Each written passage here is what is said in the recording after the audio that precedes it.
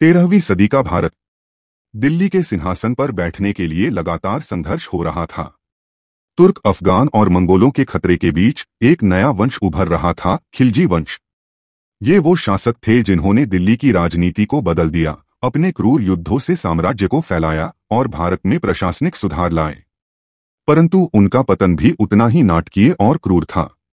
तो आइए जानते हैं खिलजी साम्राज्य के उदय और पतन की पूरी कहानी। खिलजी वंश का संस्थापक था जलालुद्दीन फिरोज खिलजी।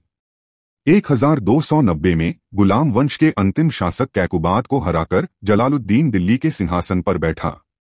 वह एक उदार और शांतिप्रिय शासक था जिसने मंगोलों से सुलह करने और अपने विरोधियों को क्षमा करने की नीति अपनाई। लेकिन क्या एक शासक सिर्फ दयालुता से शासन कर सकता है? जलालुद्दीन का यह सौम्य स्वभाव ही उसकी सबसे बड़ी कमजोरी साबित हुआ। 1296 में उसके अपने ही भतीजे और दामाद अलाउद्दीन खिलजी ने उसे धोखे से मारकर सत्ता हथिया ली। और यहीं से शुरू हुआ दिल्ली सल्तनत का सबसे आक्रामक और विस्तारवादी युग। अलाउद्दीन खिलजी न केवल सत्ता के लिए महत्वाकांक्षी था, बल्कि एक दूरदर्शी सैन्य रणनीतिकार भी था। उसने भारतीय इतिहास के कुछ सबसे बड़े युद्ध लड़े और जीते। अलाउद्दीन ने 1299 में रणथंभौर पर आक्रमण कर वहां के राजपूत राजा हमीर देव को हरा दिया।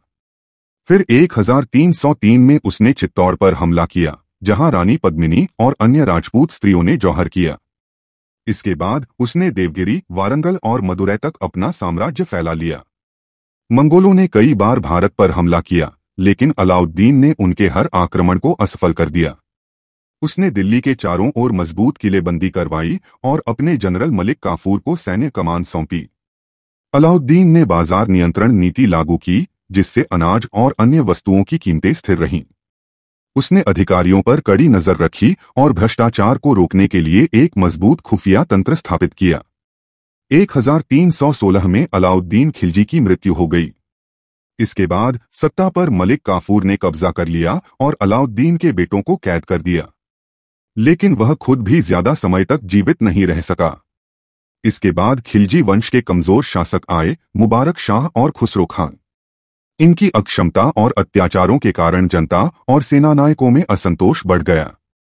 1320 में गयासुद्दीन तुगलक ने दिल्ली की गद्दी हथिया ली और खिलजी वंश का अंत हो गया।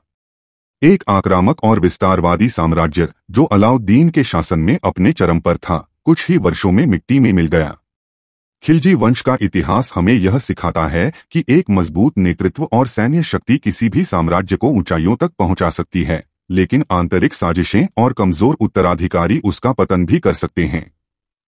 अलाउद्दीन खिलजी ने जिस प्रशासनिक और सैन्य रणनीति को अपनाया, वह बाद के सुल्तानों और मुगलों के लिए एक आधार बनी। लेकिन उसकी कठोर नीतियों और साजिशों ने अंततः उसके साम्राज्य की जड़ों को कमजोर कर दिया।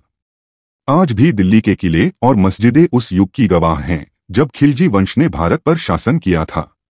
उनका साम्राज्य भले ही खत्म हो गया, लेकिन उनका प्रभाव इतिहास में हमेशा जीवित रहेगा। अगर आपको यह वीडियो पसंद आया तो इसे लाइक करें, शेयर करें और हमारे चैनल को सब्सक्राइब करना न भूलें। अगले वीडियो में मिलते हैं एक और ऐतिहासिक कहानी के साथ।